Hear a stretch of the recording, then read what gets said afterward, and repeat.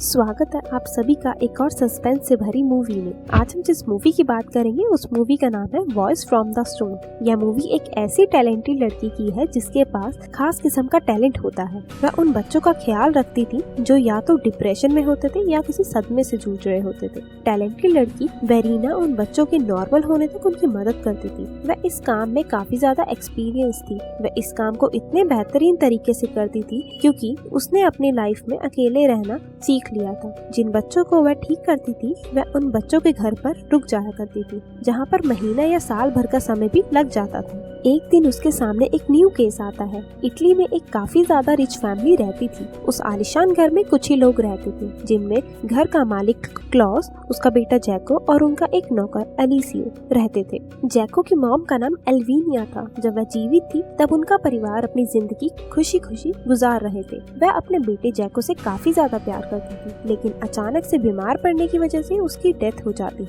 इस सिचुएशन के बाद जैको की हालत काफी ज्यादा खराब होने लगती है। उसकी वजह यह थी कि जैको की माँ ने मरने से पहले एक बात कही थी कि तुम नहीं बोलोगे, जब सही समय आएगा तभी तुम बोलोगे। इसके लिए वह उससे प्रॉमिस भी लेती है। उसने ठीक वैसा ही किया। ना वह किसी से बात करता, ना वह रोता और ना ही वह हंसता था। बस हर समय चुपचाप रहता था। उसकी माँ को गुजरे हुए 7 महीने हो चुके थे। जैको के डैड उसके प्रति काफी ज्यादा चिंतित रहते थे, जिस वजह से उसके डैड ने वरीना को बुलाया है ताकि वह जैको का इलाज कर सके। वरीना इस केस को लेने के बाद हर एक चीज को समझने की कोशिश करती है। फिर कुछ समय बाद वरीना को एहसास हो जाता है कि जैको की माँ के जाने के बाद वह काफी ज्यादा उदास है। वरीना को यह पूरी उम्मीद थी कि वह जैको को एक दिन नॉर्मल कर देगी। वरीना को इस बात का कोई अंदाजा नहीं था कि वह एकमात्र नहीं है जो जैको का इलाज कर रही है। उससे पहले कई लोगों ने कोशिश करी थी, लेकिन जैको पर कोई भी असर नहीं पड़ा। वह आज भी वैसा ही है जैसे अपनी माँ से आखिरी बार मिलने पर था। कुछ देर बाद वरीना जैको से कुछ सवाल पूछने लगती है, लेकिन जैको का कोई रिस्पॉन्स नहीं होता उन सवालों पर। एक दिन डिनर के दौरान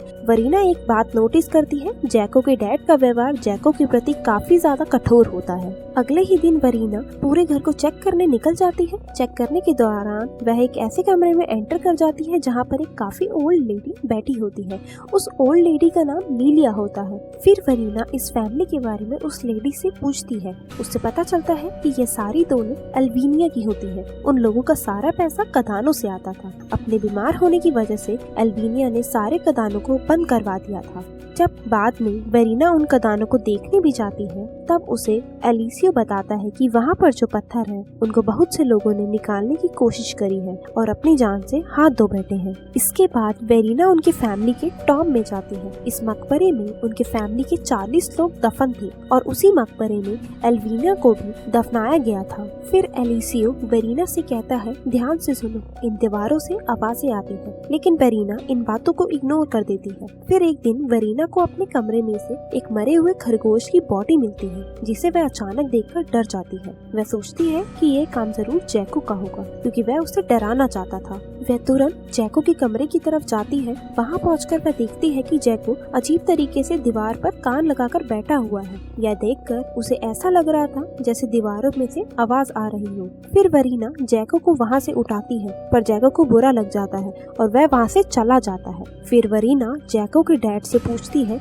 कि यह बात आपने मुझसे क्यों छुपा के रखी थी। फिर वरीना उन्हें एक सलाह देने की कोशिश करती है कि जैको को हॉस्पिटल में एडमिट करवा दिया जाए, लेकिन उसके डैड इस बात से इनकार कर देते हैं। फिर वरीना वहाँ से चली जाती है और सोचती है कि वह अब जैको का ट्रीटमेंट नहीं करेगी, लेकिन वह किसी तरह से अपना डिसीजन बदल लेती है और जैको के लिए वहाँ रुकने को तैयार हो जाती है। अब वरीना जैको से बहुत ही प्यार से बात करती है और मैक्सिमम टाइम उसी के साथ बिताती है। कभी कभी तो वह भी दीवारों पर कान लगाकर वहाँ से आती आवाज को सुनती थी, लेकिन जैको को फिर भी कोई फर्क नहीं पड़ रहा था। फिर क्लाउस वरीना को जैको के टैलेंट के बारे में बताता है और वह था पियानो बजाना। फिर वह जैको को पियानो बजाने को कहती है, लेकिन जैको मना कर देता है। यहाँ पर एक बात तो कंफर्म हो जाती है, वरीना के आने पर भी जैको के ऊपर कोई फर्क नहीं पड़ा। उन दीवारों में से वरीना को एक दीवार मिलती है जो कि एक बिल्ली की कब्र होती है। बाद में उसे पता चलता है कि वहाँ पर एक जिंदा बिल्ली को दफन किया गया था। उन लोगों का यह मानना था कि बिल्लियां हमें इविल से प्रोटेक्ट के साथ हमारा ख्याल भी रख सकती हैं। काफी समय बाद वेरीना को इस फैमिली के प्रति एक अजीब सा एहसास होना शुरू हो जाता है। फिर एक दिन वेरीना की ड्रेस फट जाती है तो लिलिया उसे एल्वीनिया की ड्रेस पहना देती है, जिसे देखकर जैको के डैड काफी ज्यादा नाराज हो जाते हैं। फिर उसे ड्रेस चेंज करने को कहते हैं, लेकिन कुछ ही देर में वह उसे चेंज करने को मना कर देते हैं। वह नोटिस करते हैं कि उसकी बॉडी